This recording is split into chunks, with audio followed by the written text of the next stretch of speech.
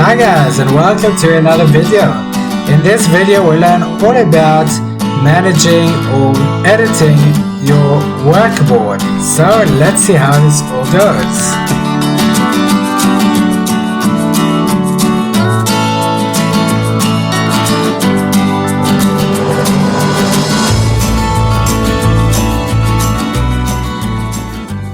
Obviously we all know, as you create your new document, you've got all your artboard options there. You can put in the width and the height, or change the measurements, the orientation, the number of artboards, etc.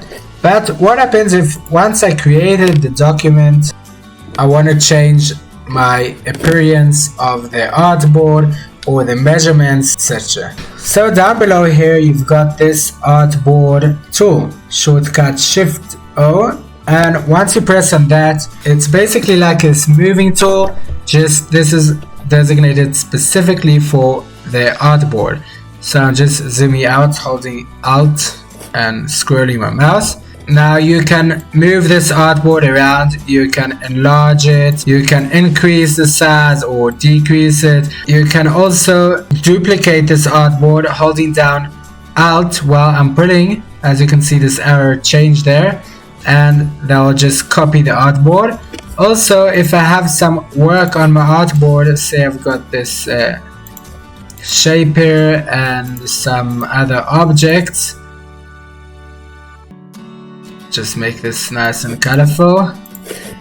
Once I go to my Artboard tool, I can choose to duplicate this holding down Alt, and you'll see it duplicates with all the work as well. So that's a cool thing to know. And obviously you can use this as any other regular shape. You can enlarge it holding down Shift and Alt, so it keeps the proportion, and Alt to make it grow outwards from the inside if you want, otherwise you can leave go out. If you want to adjust the specific measurement, say you want to get it like an A4 or whatever, you can always go to your properties panel. If you don't have it there, go to Windows Properties, and you have here custom. That's our just random shape we made here. Otherwise you can choose any of these presets, or you can also put in your number and the width or the height, so you can make these exact measurements there. I just will show you another cool thing with this Artboard tool. Say I've got this square or my logo or whatever this may be, I can go to my Artboard tool and just click on this object once, and it will create an artboard behind it. So just to prove it, I move this object and you see the artboard is made exactly to fit. You can't create a round artboard, so we'll do it as close as possible. If it's like a round or ellipse or any other circle, you just click on it once, then you'll see this artboard appear exactly by around the shape. Now there is an artboard panel under Windows, and you should have it somewhere here. Artboards, there you go. That will bring out the Artboard panel. I'm just collapsing these stuff, we don't need it there. So this panel is similar to your layers panel, just this is for all your artboards. By double clicking on any, so each one represents a different artboard. By double clicking here by the side, you'll be able to access that artboard. So whichever artboard that's referring to, you'll see it in large right in front of you. I go to this artboard, you'll see that one there, and this one there. Each artboard you can access. That's where naming these artboards will come useful. You can name this artboard, say I don't know, box, and then you'll be able to know what this is referring to, etc. You can also organize these artboards. You won't really see it in this example, but you can change the order of the artboards with these arrows, which one goes up or below, or you can just move these down like that by dragging these over there. You might have to reset it, the order.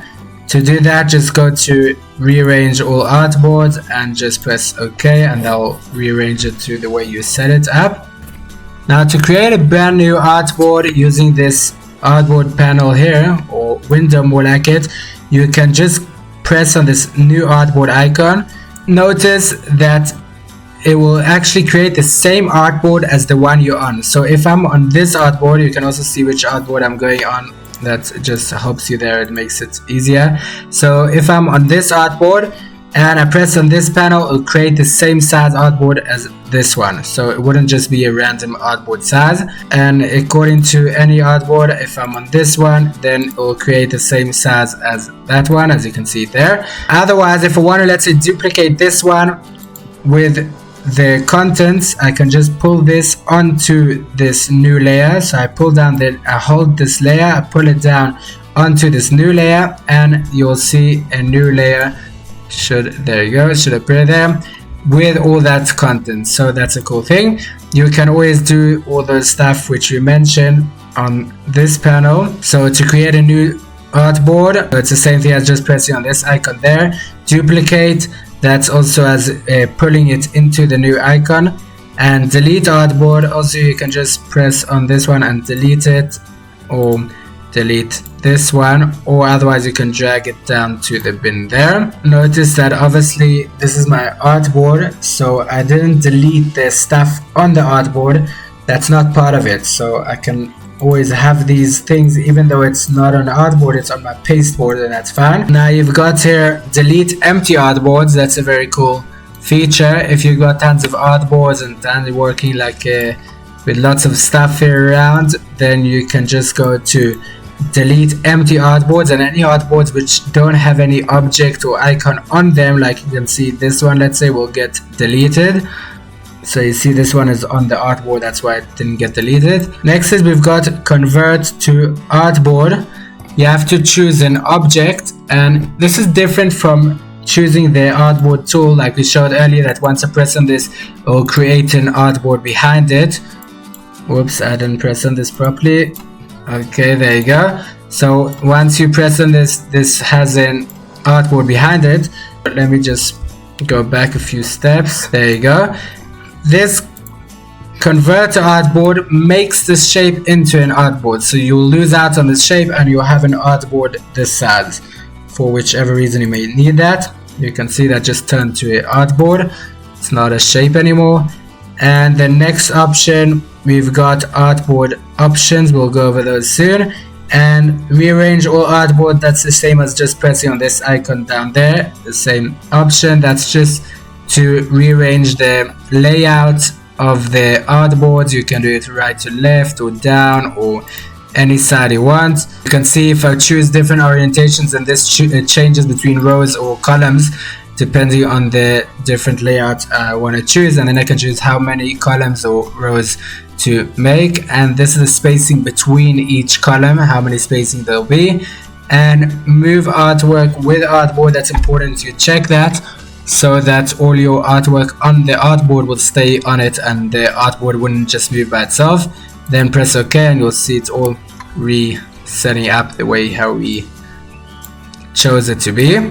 Just another point we didn't mention, if you go over to your artboard tool, you can use these artboards as regular shapes. So you can choose or select multiple artboards holding down shift. You can see I can select them all, and then you can go to your align panel. If you don't have it there, you can always go to Windows, Align, and you can choose how to align them, if they'll all be on that side or whatever. You just made a mess there. I'm just undoing those. Now let's go over the last option here, or second last option, the artboard options. You also have this on your properties panel. Artboard option, you can call this artboard a name like we saw over there. You can call it a name. And preset, you can choose here to change a preset just like we saw before, or you can put in a specific preset. Sorry, I'm just selected a few, so let me just go back and select only one. Now let's go to this artboard options, and you can choose the different orientations. You can change it here if you want to change it to landscape or vertical. Constraint proportions is just to chain these two together so that it's like basically holding down shift while I'm enlarging it to keep the length and the breadth the same measurement or the same proportion. When I enlarge this, then you can see I'm pushing the arrow keys up and the height is going up as well. Show center mark is if we want to see where the center of the artboard is. It just sometimes makes it convenient to work with, so you know where the center is. You'll see a little cross there. We'll just check all of them so you can see. Show crosshairs will show these where the middle part of the artboard in each direction is. And show video safe areas that you won't really use unless you're doing videos or editing icons for videos, etc. Then you will have that, and this video, that's for the ratio of these borders around for this video safe area. Fade region outside artboard just makes this whole area gray, or whichever color you chose under preferences. We'll show that soon. Otherwise, if you uncheck that, then all your box around will be white. Here you can see that's the crosshairs and the center mark. So essentially, this is not part of your artboard, this is your pasteboard still. It's just easier to work with this way normally. Update while dragging. If I drag it around, then it will stay gray. And under here you can see how many artboards you have under this document. So if you ever want to know how much, you can go to your artboard panel. Otherwise, here you can see how many artboards you have in total. I'll uncheck them since you see it here and press OK. You can change this under always under edit or under Illustrator on a Mac, and preferences and user interface. You'll see it there. You can change the background of the color, like this is like more olden day type, etc. You can change however you want, and also the background and all of that under there. We should go over it some other time.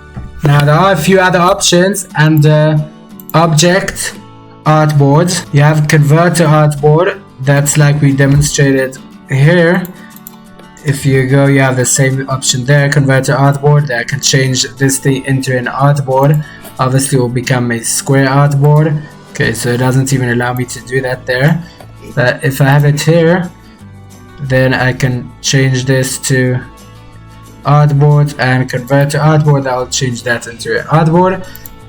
Now you've got rearrange all artboards. That's the same thing as what we had there.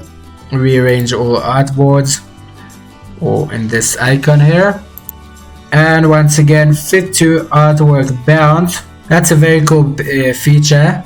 What it does is it makes an artboard around the whole area. So say I actually want these stuff outside this artboard to be on an artboard, instead of going each one and making it into putting it into an artboard or whatever the case may be, you can just press fit to artwork bounds and the whole thing would appear in a artboard. So this is one big artboard, this whole square here. There's other artboards above that, but any work which I've done will be on an artboard. So it creates one big artboard for the whole thing. I'm just doing Control Z to undo. Now the last option we've got here is fit to selected art. So if I have to be on one of the artboards, so say I'm on this artboard and I want to put this artboard under this icon or graphic or any whatever it may be. So I could actually drag this, that's probably the easiest thing. But if I have a few objects or whatever and I want to have this artboard underneath this or any artboard, I can just click on the artboard I want to have and then select your items you want to go. So let's just pick this one and you go now to object artboard, fit to selection art, and that artboard will fit itself to this graphic element over here. So that's basically it for today. I just will show you one last tip, and let's just get rid of these artboards. You can always just press backspace, that will delete them. That's I think the easiest way to delete these artboards. Now say I've got here some graphic elements and I want these, I want to see only what's in my artboard. So anything beyond the artboard I don't want to see because I won't be printing it. You can always go to view and trim view. That will show you only what's within the artboard area. It doesn't cut it, so you can see the circle is still there, but it just shows you only what's within the artboard area. You can see there's no shortcut for that. You can check out my other video, you'll see how to make a shortcut for that there. But there is also another option to make a clipping mask, and we'll learn about all of that another time. Okay guys, thank you so much for joining me, and I hope you enjoyed this video. If you gained anything, please give it a like and subscribe, and leave your comments or tips or ideas in the comments below. Thank you so much. See you in the next video.